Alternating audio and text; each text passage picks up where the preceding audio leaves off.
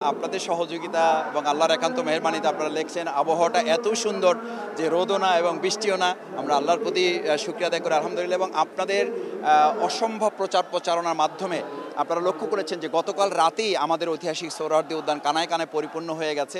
সকাল থেকে আমরা বেসিক্যালি আমাদের মূল গেটগুলো শুধুমাত্র ভিআইপিস যারা, সিনিয়র সিটিজেন যারা, সাংবাদিক যারা, বুদ্ধিজীবী যারা, আমন্ত্রিত অতিথি যারা, তাদের জন্য শুধু আমরা ওপেন রেখেছি। বাকি সাধারণদের জন্য আমাদের ইতিমধ্যে বাবুবাজার, সদরঘাট, তারপরে ওদিকে গাবতলী, কল্যাণপুর, এদিকে যাত্রাবাড়ি সহ কমলাপুর রেল স্টেশন থেকে এখন যারা নামছেন কেউই আর সামনের দিকে আগাতে পারছেন না।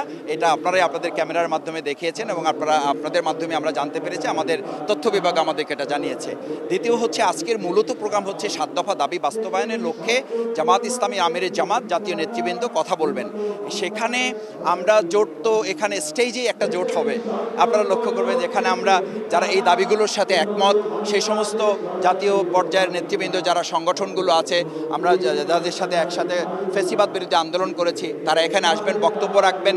তো আর মানে এই জোটের ব্যাপারটা মূলত যখন আরও সামনের দিকে নির্বাচনের রোডম্যাপ প্রকাশিত হবে বা রোডম্যাপের দিকে আস্তে আস্তে আগাবে, তখন জোটের ব্যাপারটা আরও পরিষ্কার হবে এবং জোট তখন আরও ম্যাচিউরড হবে। সুতরাং সেই জায়গাটা আজকে আমিরে জামাত বা নেতৃবৃন্দের পক্ষ থেকে ডিক্লারেশনের জন্য আজকের প্রোগ্রাম ব্যাপারটা এরকম নয়।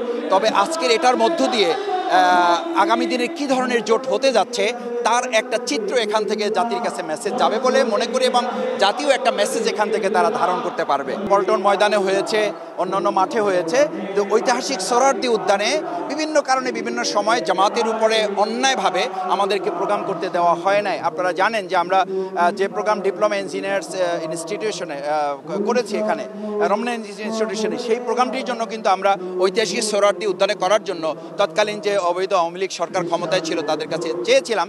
তারা অত্যন্ত অন্যায়ভাবে তারা নিজেরা প্রোগ্রাম করেছে, অন্য অনেক ছোট দলকে করতে দিয়েছে, আমাদেরকে করতে দেয় নাই।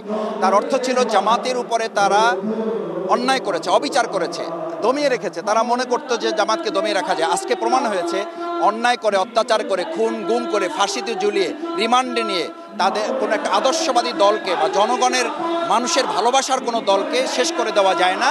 আজকের এই 19 জুলাই 2025-এর এই প্রোগ্রাম গোটা ফ্যাসিস্টদের জন্য এবং ভবিষ্যতেও যদি কোনো ফ্যাসিস্ট স্বৈরাচার মাথাচাড়া দিতে চায় তাদের জন্য এটা একটা বড় বার্তা হবে যে কোনো দলকে মানে শক্তি প্রয়োগ করে, বল প্রয়োগ করে, ফাঁসি দিয়ে, খুন করে, গুম করে, নির্মম নির্যাতন, নিপীড়ন করে, মামলা, হামলা, রিমান্ড দিয়ে তাদেরকে দমিয়ে রাখা যায় না। সেই মেসেজ আজকে এখান থেকে জামাত দিতে সক্ষম হয়েছে আপনাদের ভালোবাসা, জনগণের দোয়ায়।